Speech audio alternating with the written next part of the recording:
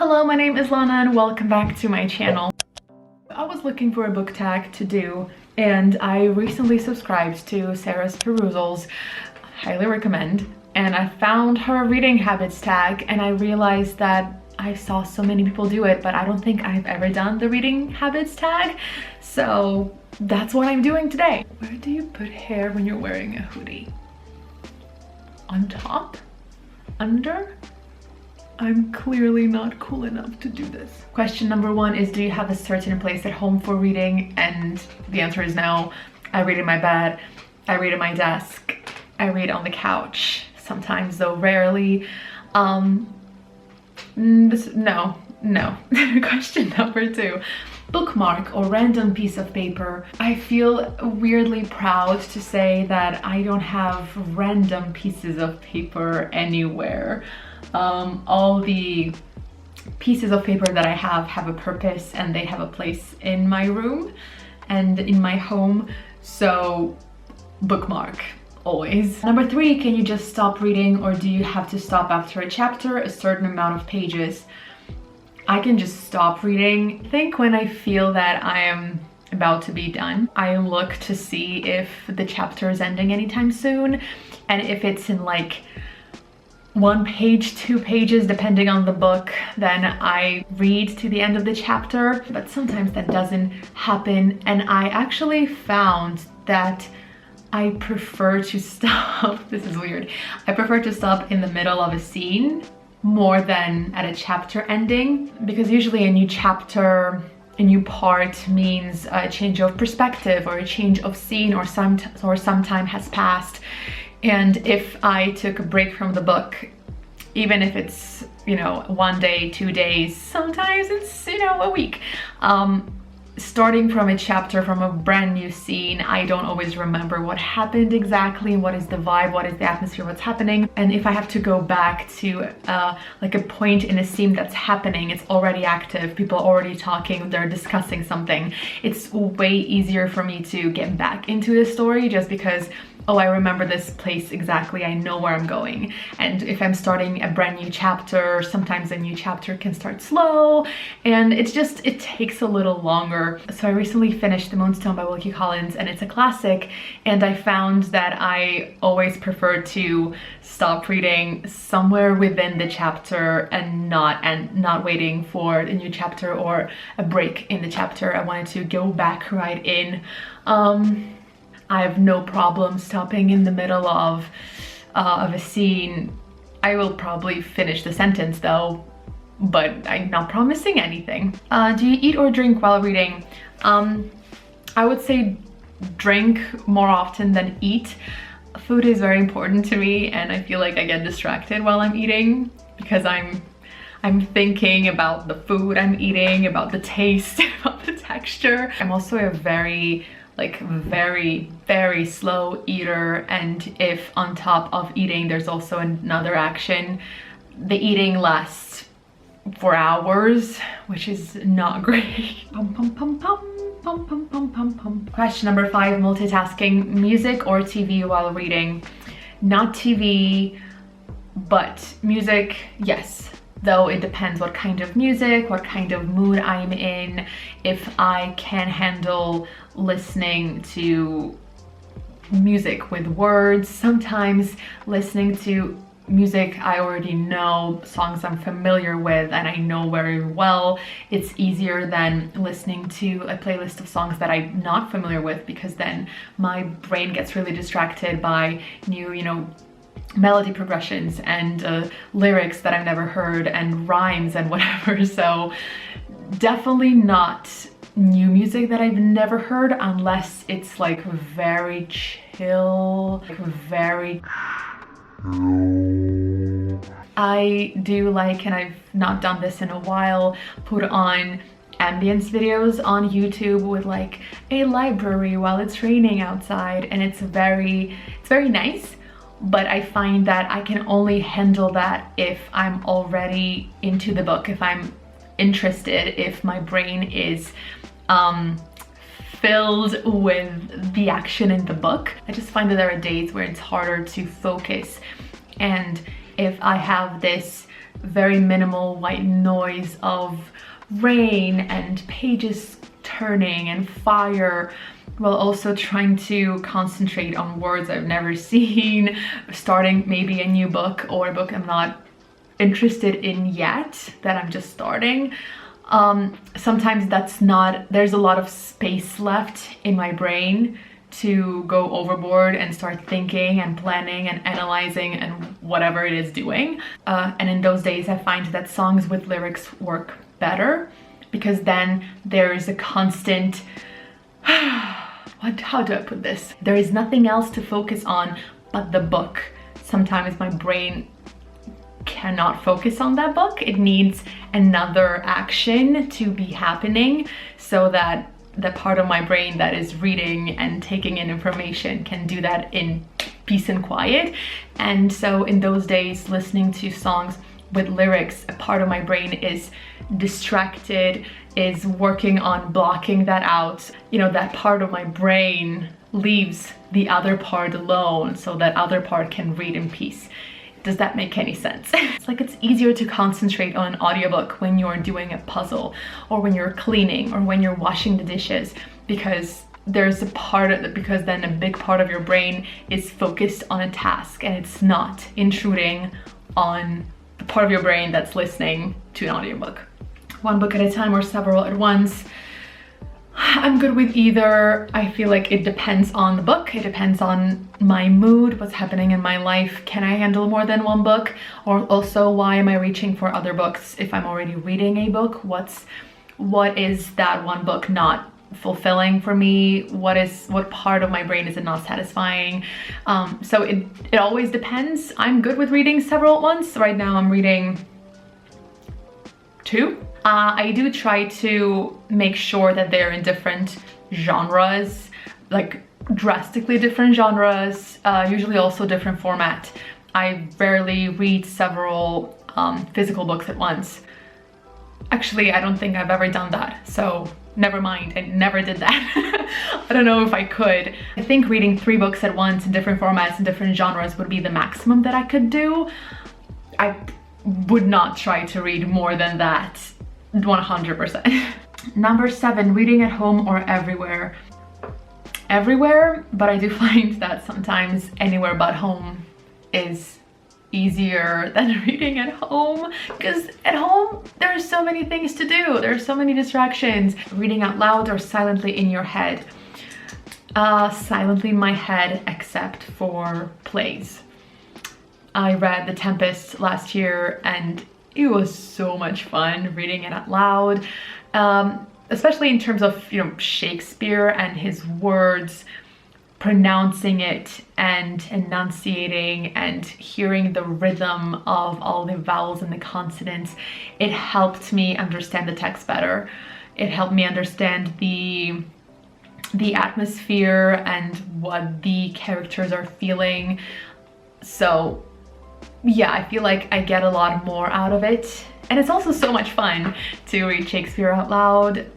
Any other nonfiction, fiction, not really ever out loud. Only if I'm ever like alone and I haven't spoken English in a while. My accent has been getting stronger because I'm not speaking English that often out loud. So occasionally I have read out loud when reading, just so I can practice, but that's very rare and that hasn't happened in a while.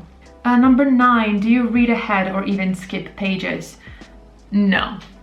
No to both. I do skim sometimes. I have been doing that with the book I'm reading right now. I'm not gonna show it to you because I'm very embarrassed by it, but yeah, there are some scenes that are just, I cannot handle emotionally. So I am just reading it very fast and letting some words and sentences just not fully reach the part of my brain that understands and visualizes and stuff. Just be like, okay, I get what's happening and I don't want to read this. Number 10, breaking the spine or keeping it like new. Oh, I feel like everyone will be very mad. I love breaking the spine so much. I read so many like large books in mass paperback that you cannot not break the spine. It's impossible. The book that started all for me was Pillars of the Earth by Ken Follett, and it was a tiny mass paperback. And if you know that book, it's very long, it's gigantic, it's over 1,000 pages long. So the font was super tiny, and the book was also very tiny and very large, and I loved that book so much. And I read the sequel, and all the books that I read from Ken Follett, they're all very big, and I always bought them in that same tiny mass paperback size, and none of those books look like new. They all look like someone loves them, that they were reading them every day, they were touching them and turning pages and feeling emotions while reading, and they look loved to me, and I like that in books. I mean, I get the appeal of a brand new book, but like a brand new book has not told its story yet. It's not part of your life yet. Also, the way I read books, they become part of my life. I travel with them, I commute with them, I fit them in any size of bag that I can. If it's a smaller bag, I will cram it in there so I can have it with me. And having a book in a smaller bag, it does bend it a little, and having it in a bigger bag with my water bottle that sometimes leaks with my lunch or dinner when I was going to dance lessons with all my dance shoes. And I take that giant bag all over town to the subway where there's nowhere to sit because it's a lot of people, so I have to hold the thing, I don't know what's called, and then the subway, and with the other, I open to the page and I bend the book and I read like this, and I'm like, wait, let me get the other side. And then when it's my stop, I just put it like this in the bag because I don't have time to put it back in. So, you know, my books live my life. I'm not being purposefully disrespectful. I'm not, you know, tearing pages and being mean to the book, putting, you know, food on it. I'm not doing anything purposefully bad to the book. I'm just bending it. And I feel like I have the right to do that. Don't be mean to me, please. And if this made you mad at me already, oh, I shouldn't be adding more logs to the fire. But why am I telling you this? Because I never purposefully, when I get like a new paperback, try to read it in a way that the spine would not break, because it's obviously not something that's important to me. I don't care about the spine breaking. I kind of like it because I'm not being like very careful that it doesn't break. I know that it will break. I do something that I know people will not like. And just know that I'm doing this to books I own. And if I were to borrow a book from someone, I would not do this, not at all, because it's not my book.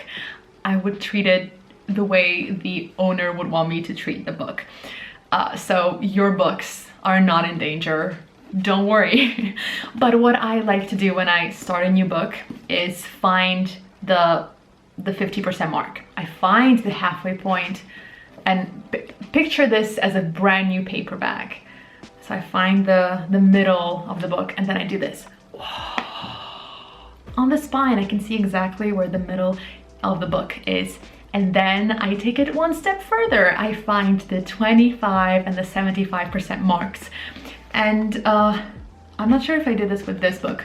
I don't know if you can see, and this is what happens. I can see the 25%, the 50, and the 75 is not that clear, but this is what happens. Let me find a book that shows it better. This is one of the mass paperbacks that I was talking about by Ken Follett. These books always took me a long time to read because the font is super tiny and the book is very long. So this book traveled with me for weeks at a time in all my bags. So you can see how battered it is, but again, love. And in this one you can see very clearly the bends I made when I first got the book You have the middle one, 25 and then 75%. Yeah, I know for a lot of you, this is terrible, but I really like how organized this looks. So yeah, to sum up, I don't really care about keeping books looking brand new. I'd rather they show the passion that I felt for them, because if I read a paperback book and after I'm done with it, it looks pretty much brand new, that to me says that I read it very fast and I hated it. And I just want to be done with it. And probably in the middle I was thinking how I should keep it pristine so I can sell it, because I don't want it in my life. Do you write in your books? It's something I started doing after watching BookTube and being on Bookstagram and seeing people annotating. I'd never really annotated before, or if I did, I don't remember me doing that. And I really like the idea. I also started tabbing because I saw other people do it and I wanted to try it and see if that wouldn't, you know, enhance my appreciation or enjoyment of books. And yeah, I don't always do that. I don't always tab. I don't always annotate. I think the first book that I went like really heavy with highlighter and the pen and the tabs was Lord of the Rings. This is my copy of Lord of the Rings, and Lord of the Rings is something I love so much. And when I bought this copy, this is the first time I read it in English, and when I bought it I knew that this would be a prized possession for me that I will never I will never give up or give to someone or try to sell. So I went all out with, you know, highlighting and everything. If I just bought a book that I'm excited about but I'm not really sure I will like it, I might tab, and if I really want to, I can write a little bit in pencil, but I usually won't do that. Yeah, it's not a clear system, but I guess it depends on the book. Again, depends. Everything depends on so many other factors. Anyway, this is it for this tag. I feel like everyone has done this tag. At least a lot of people have done it. So if you haven't and you're looking for an excuse to, please consider yourself tagged by me. And thank you so much for watching my video. I will see you in the next one, and have a great rest of your day. Bye!